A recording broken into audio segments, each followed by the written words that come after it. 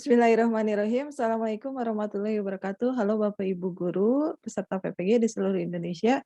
Pada kesempatan ini kita akan menelaah tentang uji kinerja, UKIN, portofolio, PPG dalam jabatan tahun 2021. Seperti kita ketahui, tahapan terakhir dari PPG ada UKM PPG. UKM PPG itu ada UKIN dan UP.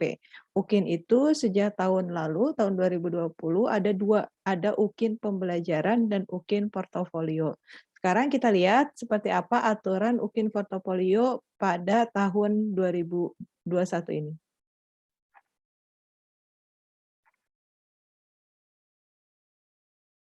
Sebelum kita telaah satu persatu, mari kita ingat kembali bahwa PPG ini didasari oleh 4 kompetensi seorang guru profesional, itu dari kepribadian, sosial, pedagogi, dan profesional. Nah, dari 4 kompetensi ini dijabarkan menjadi 7 CP, CP1 sampai CP7. Nah, khusus untuk UKIN portofolio, ini akan menilai capaian pembelajaran ke-7. Jadi mampu mengembangkan diri secara berkelanjutan sebagai guru profesional. Kalau CP1 sampai CP6 itu dilaksanakan oleh UKIN pembelajaran dan juga UP. Khusus untuk UKIN portofolio ini untuk mengakomodir CP7, tugas pengembangan diri. Dalam konteks PPG, portofolio adalah kumpulan bukti fisik yang menunjukkan bahwa mahasiswa telah melaksanakan penelitian, refleksi diri, pencarian informasi baru, dan inovasi selama menjalankan tugas profesi sebagai guru. Ini untuk PPG dalam jabatan, dan selama menjadi mahasiswa PPG, ini untuk mahasiswa PPG prajabatan yang dideskripsikan dalam narasi disertai dengan melampirkan bukti. Bukti ini dibatasi karya yang dikumpulkan dalam interval waktu tertentu. Kita lihat selanjutnya. Nah, ini yang agak berbeda dari tahun 2020. Jadi periode portofolio PPG tahun 2021 ini, kalau prajabatan, PPG prajabatan adalah karya selama menjadi mahasiswa PPG. Kalau PPG dalam jabatan adalah karya selama 3 tahun terakhir sebelum menjadi mahasiswa PPG. Jadi kalau tahun lalu, tahun 2020 itu adalah intervalnya 2 tahun terakhir dan selama menjadi mahasiswa PPG. Tetapi pada periode portofolio atau UKIN portofolio PPG tahun 2021 ini, Bapak Ibu yang PPG dalam jabatan itu karyanya selama 3 tahun terakhir sebelum menjadi mahasiswa PPG. Kapan startingnya? Kapan mulai menjadi mahasiswa PPG itu bisa dilihat dari terhitung sejak tanggal lapor diri. Misalnya kita lihat ini di website PPG ya, tahun ini, tahun 2021 PPG dalam jabatan itu ada 4 angkatan, ada angkatan 1, angkatan 2, angkatan 3, dan angkatan 4. Jadi kita hitung dari tanggal lapor diri, misalkan ini angkatan 4 itu lapor dirinya itu 25 Agustus tahun 2001. Jadi 3 tahun terakhir untuk karya nanti portofolio itu adalah dimulai dari 25 Agustus 2018 sampai 25 Agustus tahun 2021. Ya, jadi 3 tahun terakhir sebelum menjadi mahasiswa PPG. Bapak Ibu yang angkatan 1, angkatan 2, angkatan 3 itu bisa dilihat tanggal lapor dirinya, karena tanggal lapor diri itu adalah sebagai awalan Bapak Ibu sudah sah menjadi mahasiswa PPG. Selanjutnya ini komponen portofolio PPG tahun 2021. Kalau tahun lalu itu ada 4, ada melaksanakan penelitian, melaksanakan refleksi diri, mencari informasi baru, menghasilkan karya inovasi. Dan untuk PPG tahun 2021 ini ada tambahan 2, yang pertama yaitu nomor 5 adalah prestasi dan nomor 6 adalah pengabdian pada masyarakat. Jadi ini hampir sama dengan kami yang di kampus itu menjalankan tugas kami itu tridharma perguruan tinggi ya, mengajar atau pendidikan, kemudian penelitian dan pengabdian. Nah, ini jadi Bapak Ibu di PPG dalam jabatan tahun 2021 ini ada tambahan lagi 2, prestasi dan pengabdian pada masyarakat. Nanti UKIN ini ada dalam website khusus di ukmppg.kemdikbud.co.id. Jadi berbeda dengan LMS yang dipakai ketika lokakarya. Nah, ini nomor 1 dan 4 itu PPG 2020. Nah, kalau ini ada aturannya. Yang tahun 2021, komponen 1 sampai 4 itu wajib ada, Bapak Ibu. Dan komponen 5, 6 boleh tidak ada. Jadi yang wajib ada itu adalah 1 sampai 4, 5 dan 6 prestasi dan pengabdian itu boleh tidak ada. Kita lihat satu persatu Bapak Ibu, rubrik portofolio. Ini yang pertama adalah melaksanakan penelitian dan publikasi. Jadi nanti kita sebagai penilai, itu nanti di dalam sistemnya ada rubrik seperti ini, nanti kita tinggal klik karya Bapak Ibu, itu masuknya ke dalam kegiatan apa, sehingga nanti skor atau kreditnya akan muncul secara otomatis dalam sistem. Misalkan ini, Bapak Ibu publikasi di jurnal internasional, nanti skornya 3, di jurnal nasional S1 dan S2.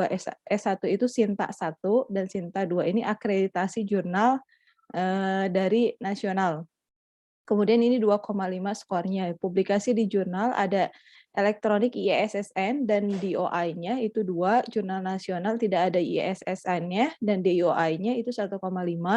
Laporan hasil penelitian yang telah diseminarkan di sekolah 1, laporan hasil penelitian atau belum diseminarkan 0,5. Karya ilmiah atau best practice di jurnal atau proceeding internasional itu 3, karya ilmiah atau best practice di jurnal atau proceeding nasional 2,5. Karya ilmiah atau best practice di jurnal atau proceeding di provinsi itu 2, tulisan karya ilmu populer di media massa atau media massa nasional 1,5, tulisan karya ilmiah populer di media massa provinsi, kabupaten, web resmi, bukan blog itu 1. Nah nanti kalau karyanya, penelitian dan publikasinya itu ternyata ini tim, jadi tidak hanya Bapak Ibu sendiri. Nah ini ada proporsinya. Jadi misalkan Bapak Ibu artikelnya ditulis oleh 2 orang. Bapak Ibu itu nama pertama, jadi Bapak Ibu itu skornya 60%. Jadi misalkan Bapak Ibu menulis publikasi di jurnal internasional, 2 orang. Nah, skornya kan 3. Jadi Bapak Ibu karena 2 orang, jadi Bapak Ibu itu mendapatkan 60%-nya dari 3. Jadi tidak 100% dari 3. Kalau misalkan ternyata 3 orang, berarti nama kedua dan ketiga itu 20%, 20%. Dan seterusnya. Jadi nama pertama itu 60%, sisanya 40% itu dibagi banyaknya nama setelah nama pertama. Jadi kalau Bapak Ibu misalnya posisinya di nama kedua, ya berarti 40% dari publikasi jurnal internasional itu 3. Jadi 40%-nya dari 3. Selanjutnya kita lihat melakukan refleksi diri. Refleksi diri ini terkait dengan kegiatan pengembangan diri, pelaksanaan penelitian, dan karya inovasi yang telah dilakukan dan dimanfaatkan untuk perbaikan. Perbaikan seperti apa dideskripsikan, dan bukti perubahan dilampirkan dengan mengunggah berkas. Sebagai contoh, seorang mahasiswa mengikuti pelatihan pembuatan media untuk matematika. Pengetahuannya digunakan untuk perbaikan pembelajaran dengan menciptakan karya inovasi, dapat merujuk karya diciptakan.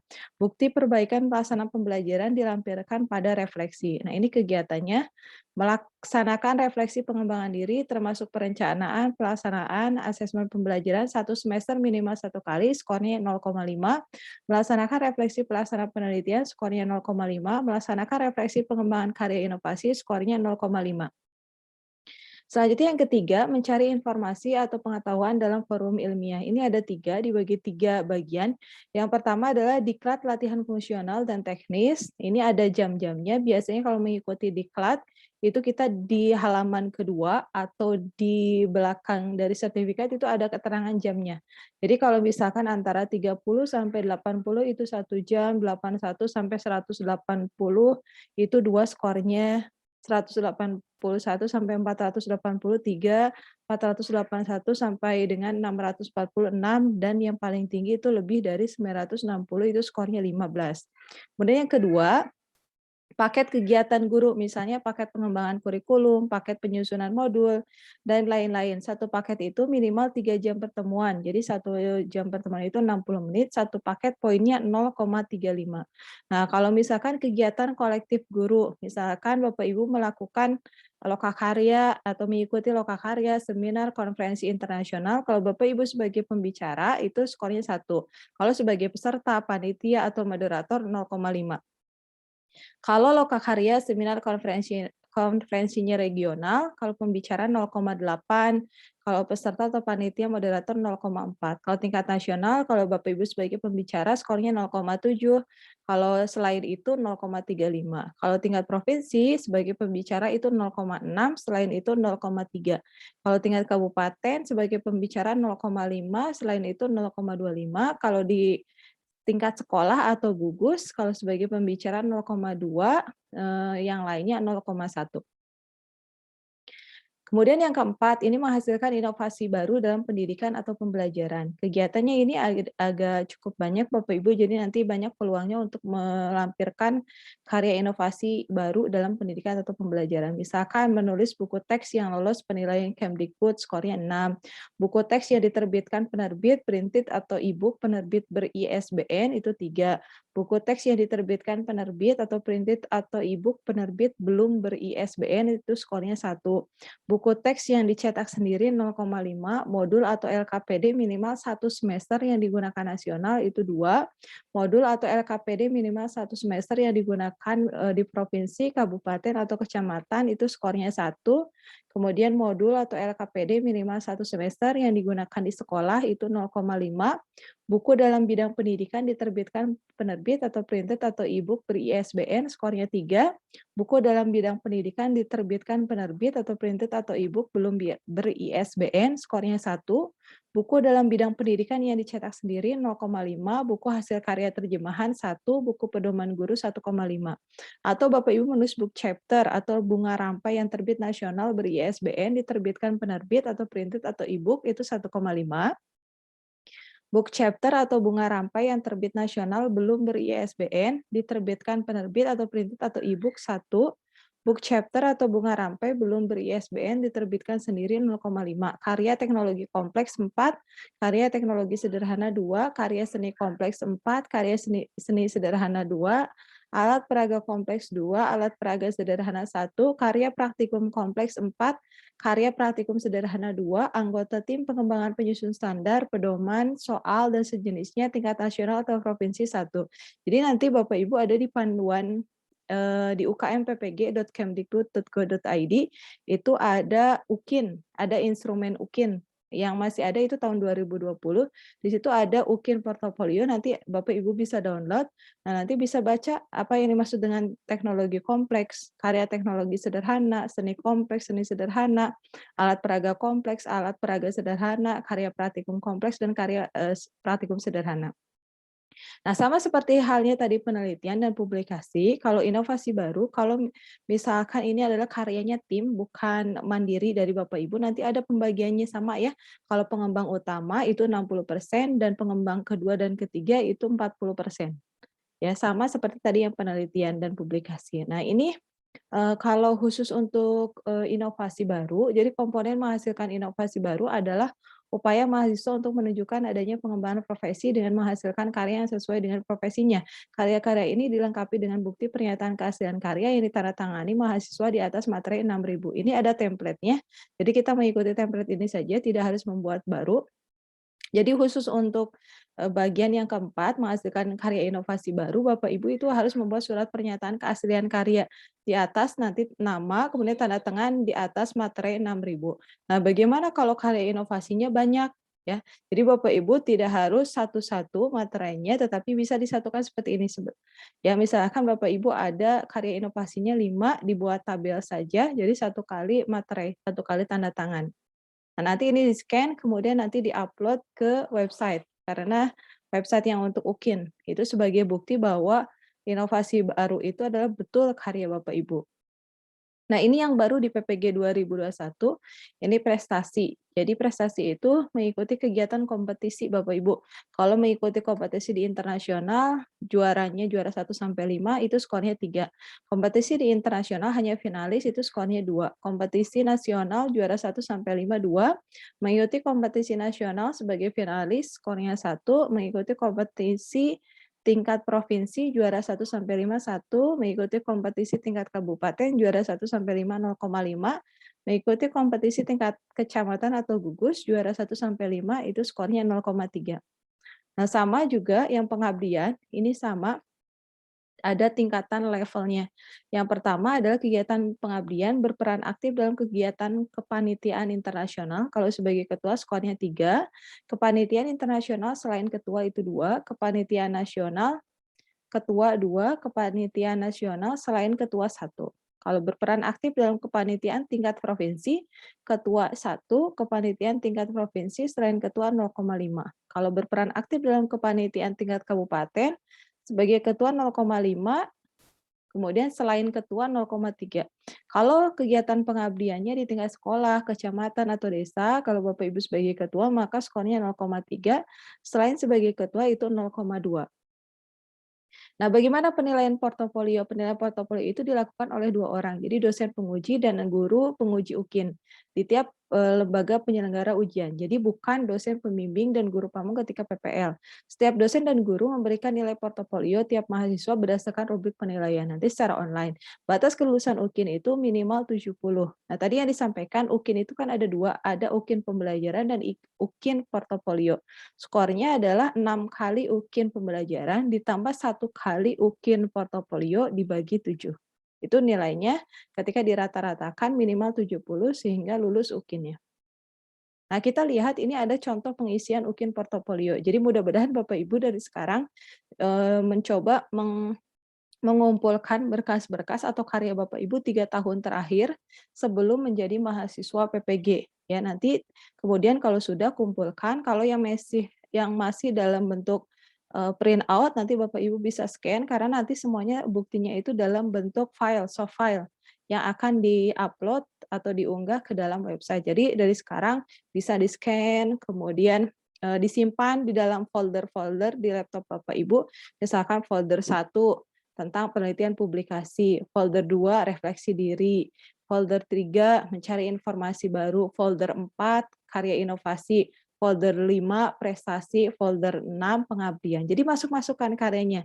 Kemudian sehingga nanti ketika sudah ada jadwal UKIN, Bapak Ibu tinggal mengupload dari folder-folder itu. Dan juga jangan lupa di foldernya itu jangan hanya disimpan di laptop, tapi coba simpan di Google Drive email Bapak Ibu sebagai backup. Karena kita tidak tahu ya, khawatirnya nanti laptopnya bermasalah atau seperti apa. Tetapi kalau kita simpan di email, insya Allah masih bisa diselamatkan. Nah, kita lihat Bapak Ibu.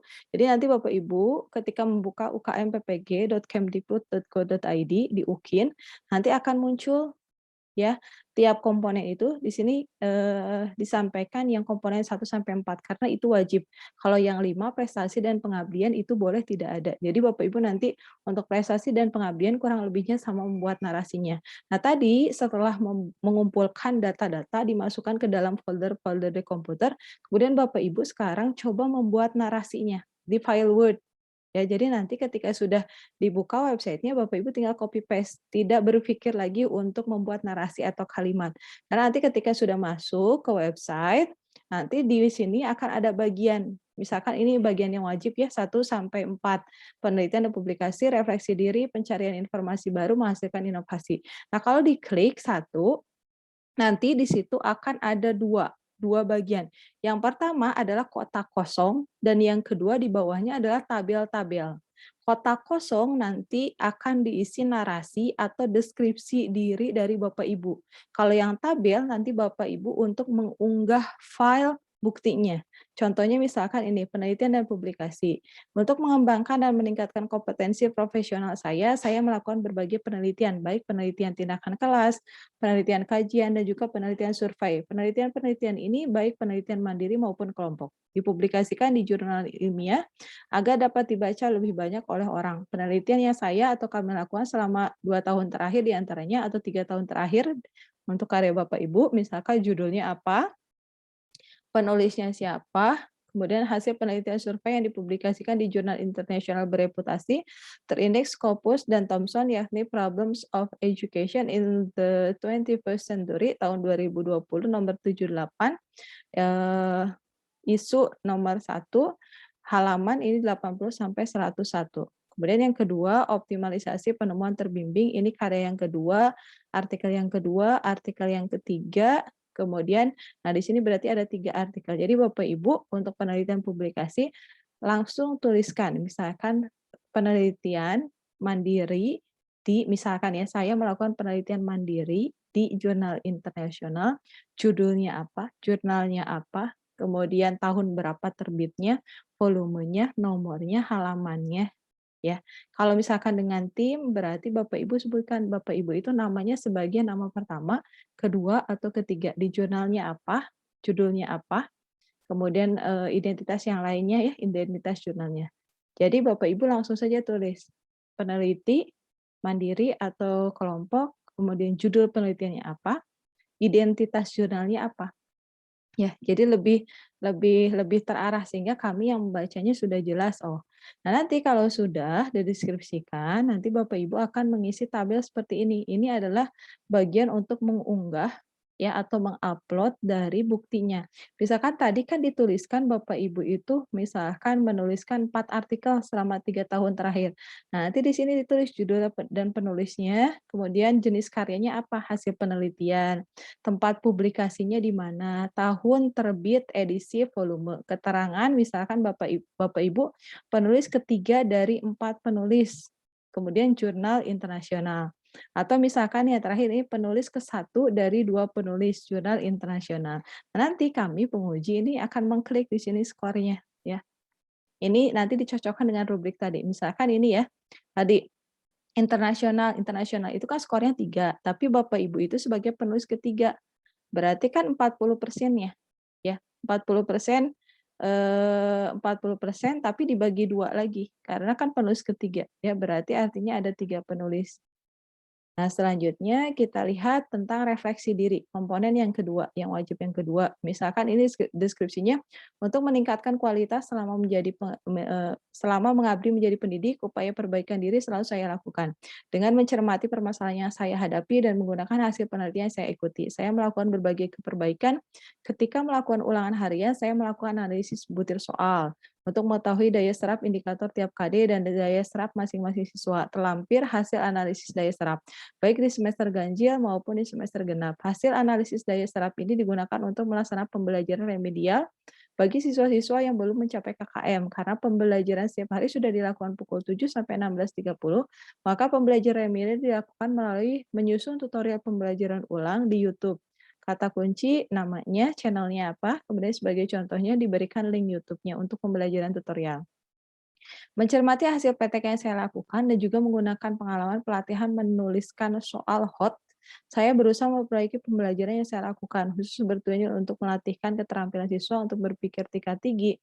Pembelajaran ini dilakukan dengan menggunakan pendekatan guided inquiry dan pembelajaran berbasis masalah yang sintaksnya memang melatihkan hot, dan pada asesmennya menggunakan soal-soal untuk mengukur HOTS atau RPP terlampir. Pembelajaran dengan framework STEM juga saya lakukan dengan memanfaatkan konteks jembatan dan rumah untuk mengatasi kesulitan siswa yang selama ini belum merasakan sepenuhnya manfaat matematika untuk diterapkan dalam kehidupan sehari-hari. Bukti pelaksanaan pembelajaran terlampir. Nah, kita lihat bagian yang kedua, tabel. Jadi nanti kegiatan refleksinya jenisnya apa? Misalkan analisis ulangan harian 3, analisis ulangan harian 4, perbaikan pembelajaran. Permasalahannya apa? Sehingga Bapak Ibu membuat kegiatan refleksi. Misalkan ya, kegiatan refleksinya itu adalah analisis ulangan harian 3. Permasalahannya sebagian siswa masih belum mencapai KKM, sebagian indikator belum dikuasai siswa berdasarkan daya serap. Kemudian upaya perbaikannya adalah melaksanakan pembelajaran remedial dengan tutorial mengerjakan soal diunggah di YouTube. Tahun dan semester, tahun pelaksanaannya kapan itu, misalnya tahun 2019 semester 1 atau ganjil. Keterangannya setelah pembelajaran dilakukan tes ulang untuk memperbaiki capaian pembelajaran. Nah, nanti di sini Bapak Ibu akan mengupload berkasnya ya. Berkasnya itu bisa file atau bisa link URL. Misalkan kalau file berarti Word atau PDF atau yang lainnya. Kalau link atau URL misalkan link dari video YouTube Bapak Ibu atau link dari Google Drive ya, Google Drive Bapak Ibu. Nah, selanjutnya kita lihat ini yang ketiga, pencarian informasi baru. Misalkan untuk menambah wawasan, berbagai kegiatan ilmiah saya lakukan. Workshop pelatihan penulisan soal hot yang diselenggarakan oleh UAD saya ikuti. Pengalaman ini mendorong saya untuk mengembangkan soal hot yang digunakan pada ulangan harian, ulangan semester, maupun ujian akhir semester. Sebagian siswa saya sering merasa kesulitan mengaitkan konsep dalam matematika dengan ilmu lain. Ketika saya mau Kitab memberikan tawaran kepada saya untuk mengikuti STEM Camp, kesempatan ini tidak saya sia-siakan. Dari camp yang dilaksanakan selama 36 jam pelajaran ini, saya memperoleh banyak ilmu untuk mengintegrasikan berbagai mata pelajaran dan pernah menerapkannya di kelas. Ketika Menteri Pendidikan yang baru mencanangkan konsep Merdeka Belajar, saya berusaha memahami dan menambah wawasan terkait dengan hal itu dengan mengikuti webinar nasional tentang Merdeka Belajar dan kemampuan literasi numerik. Informasi-informasi yang baru dari berbagai kegiatan ini menambah wawasan saya untuk melaksanakan pendidikan dengan baik. Tadi disebutkan ya, jenis-jenis pencarian informasinya mengikuti diklat, kemudian webinar. Nah, kita lihat. Kemudian yang tadi kita sebutkan di narasi dimasukkan ke sini ke dalam tabel bukti-buktinya. Misalkan kegiatannya itu adalah workshop pembuatan soal HOTS, penyelenggaranya UAD Yogyakarta, perannya sebagai apa peserta, tempatnya di mana, misalnya Yogyakarta, tingkatnya lokal, waktunya kapan, kemudian berkasnya nanti yang diunggah adalah sertifikat, dan yang lainnya. Nah, selanjutnya ini adalah menghasilkan inovasi. Selama melaksanakan pembelajaran, berbagai kegiatan yang menghasilkan karya inovasi saya lakukan. Karya-karya tersebut diantaranya menyusun LKPD, persamaan linear satu variabel untuk melaksanakan pembelajaran yang melatihkan HOTS, membuat modul persamaan linear satu variabel yang dapat digunakan siswa ketika belajar sendiri tanpa guru dan berbagai video pembelajaran yang diunggah di YouTube sehingga dapat dimanfaatkan siswa di seluruh dunia pada materi himpunan. Himpunan bagian dan bilangan berpangkat. Penyelesaian soal-soal yang terkait untuk kemampuan literasi matematis juga saya hasilkan dan saya unggah di YouTube dengan kata kunci, tuliskan nama channel Bapak Ibu untuk memudahkan siswa dan guru mencermati dan memanfaatkannya. Nah, kemudian kita masukkan ke dalam tabel. Misalnya nama produknya, modul persamaan linear satu variabel, bentuknya modul, deskripsi peruntukannya ini untuk kelas berapa, bulan dan tahun pembuatan, pemberi pengasahan, misalkan kalau ini disahkan oleh kepala sekolah, atau Bapak Ibu membuat hak ciptanya ke